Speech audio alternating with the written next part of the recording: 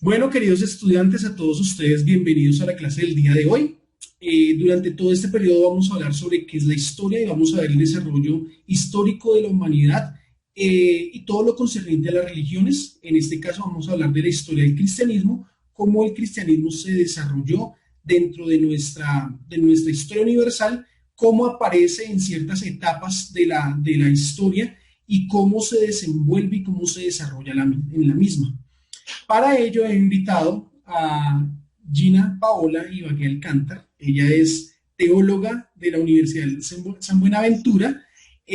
Además de ello, pues es magíster en lenguas bíblicas. Entonces, pues para mí es un honor que tú te encuentres aquí acompañándonos, pudiendo hacer estas disertaciones, aprendiendo de ti, porque sabemos que vamos a aprender mucho. Y pues bueno, va a ser una clase en la que el diálogo va a ser el fundamento para que nuestros chicos aprendan.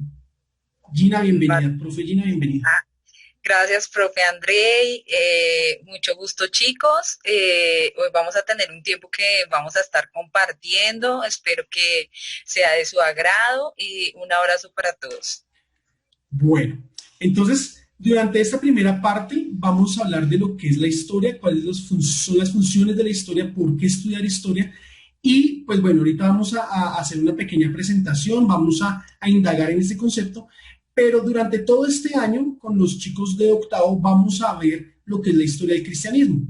Aún hablando todo el año sobre la historia del cristianismo, no nos alcanzaría el tiempo, ¿cierto? Porque hay que entender que la historia tiene unos antecedentes, que el cristianismo de ahora tiene unos antecedentes y que lo que ha resultado ser o su ser de ahora no es lo mismo que su ser anterior, su ser primitivo, y que bueno, todo esto ha llegado a constituirse gracias a una serie de interacciones que ha tenido el ser humano a nivel cultural, a nivel epistemológico, etcétera, etcétera, y que ha devenido en lo que es el cristianismo ahora. Por lo tanto, conocer el cristianismo en el día de hoy, en nuestra época contemporánea, nos tiene que remitir a qué era el cristianismo en su idea primitiva, pero también a que ese cristianismo primitivo tuvo unos antecedentes. Entonces tuvo unos antecedentes históricos, unos antecedentes culturales y pues se ha venido desarrollando como tal. ¿Listo? No sé tú qué tengas que decir al respecto. Claro, profe. O sea, también es importante que nosotros sepamos que el acercamiento que nosotros vamos a hacer durante esta clase, ¿sí? Es la historia a partir del texto, o sea, el texto bíblico, cómo se da paralelamente en la historia, ¿cierto? Entonces, porque nosotros muchas veces tenemos un concepto que es el concepto tradicional de historia, y este concepto no es malo, ¿sí? Pero ya nosotros con el avance de las ciencias modernas debemos adquirir otra percepción distinta de por qué es importante la historia en el texto bíblico y que la historia es una herramienta para entender de mejor manera, digamos, la concepción oriental y occidental del hombre y las aproximaciones al texto bíblico, ¿cierto? Que es lo que realmente pues a nosotros nos interesa durante esta clase. Muy bien, me parece interesante esto porque, número uno, los chicos deben conocer que existe una ciencia de la interpretación bíblica que es la hermenéutica. Y la hermenéutica, junto con la historia, son fundamentales para conocer la cultura, para conocer qué era lo que pensaban las subjetividades de ese tiempo, qué era lo que pensaban las personas de ese tiempo y por qué sus comportamientos eran totalmente distintos a los nuestros. Nosotros llegamos a incluso a juzgar las civilizaciones antiguas, algunos las juzgan de misóginas, otros las juzgan de muchos tintes ideológicos, pero porque no se ha estudiado a profundidad cuáles eran sus comportamientos, qué discursos atravesaban las historicidades y las temporalidades de ese momento, y pues eso los llevaba a comportarse de ciertas maneras, ¿cierto? Entonces, para poder entender lo que es la Biblia, para poder entender la interpretación bíblica y para poder entender la historia, pues tenemos que remitirnos, número uno, al libro histórico que es la Biblia, pero entenderlo también como un libro revelado por Dios, ¿no? Un libro en el cual se centra en la historia de la humanidad y de eso vamos a hablar el día de hoy. ¿Qué hace la historia distinta de las otras ciencias? Y bueno, ¿y cuál es el principal objetivo de la historia? Entonces permítanme, voy a compartir pantalla. Y Bueno, entonces aquí aparece una primera pregunta. Gracias, profe Gina, por ese aporte que hiciste a nuestra clase con la presentación. ¿Listo? Entonces aquí aparece en un primer grado la historia, ¿cierto? ¿Qué es la historia? ¿Qué estudia? ¿Y para qué sirve? Entonces, si quieres comenzar, por favor. Bueno, entonces, chicos, inicialmente nosotros vamos a tener un concepto tradicional de que la historia es una ciencia que tiene como objeto el estudio de sucesos pasados, ¿sí? Y cómo estos sucesos van transcurriendo a medida que va pasando el tiempo, ¿cierto? Pero historia no solamente es conocer esos sucesos que pasaron y saber en qué año sucedieron, sino historia es tener una dimensión, ¿sí? No solamente del suceso, sino de los contextos históricos que pasan. ¿Sí? Andrei lo decía muy claramente. El profe decía que hay una ciencia que es la hermenéutica bíblica que nos permite la interpretación del texto, pero para eso nosotros vamos también a tener algo que se llama un acercamiento histórico, ¿sí? Al texto, para que el texto realmente nos revele que, digamos, en ese momento de la historia, qué significaba. Entonces les voy a poner un ejemplo, ¿sí? Los modismos.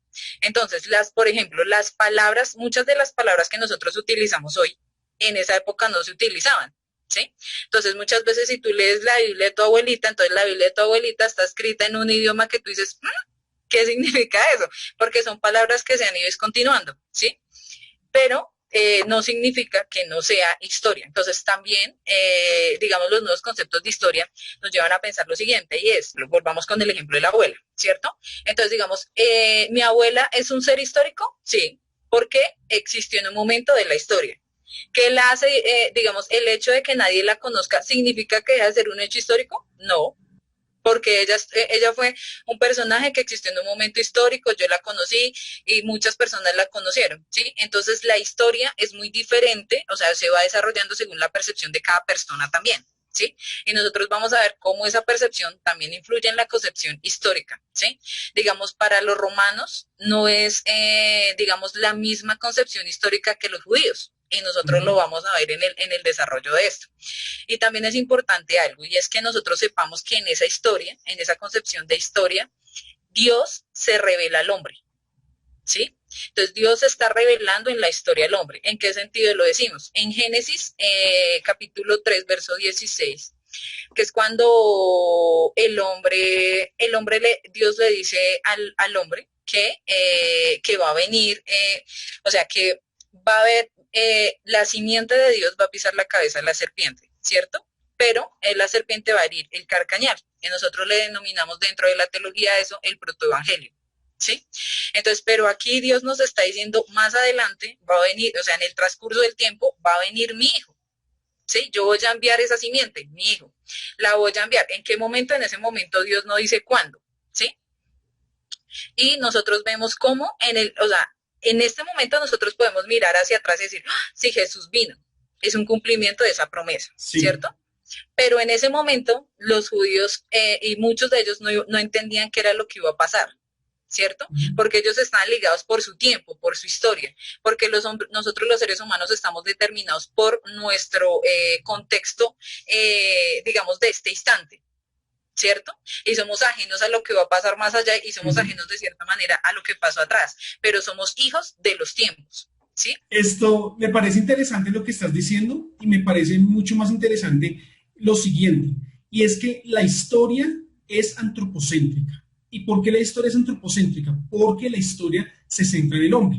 Voy a poner unos ejemplos para que podamos continuar con la disertación, ¿listo? Y es, ¿qué pasaría si en una isla desierta ocurre una catástrofe?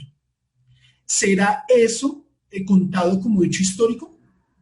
Pues la mayoría de nosotros diríamos, no, no va a ser contado como hecho histórico, ¿cierto? Pero, ¿por qué entonces, si la isla está poblada, ¿cierto?, de seres humanos, ¿por qué si hay una catástrofe se convierte en un hecho histórico? Pues porque va, número uno, a determinar ciertos comportamientos en el ser humano, ¿cierto? Número dos, porque está afectando directamente al ser humano. ¿Y por qué se convierte en un hecho histórico?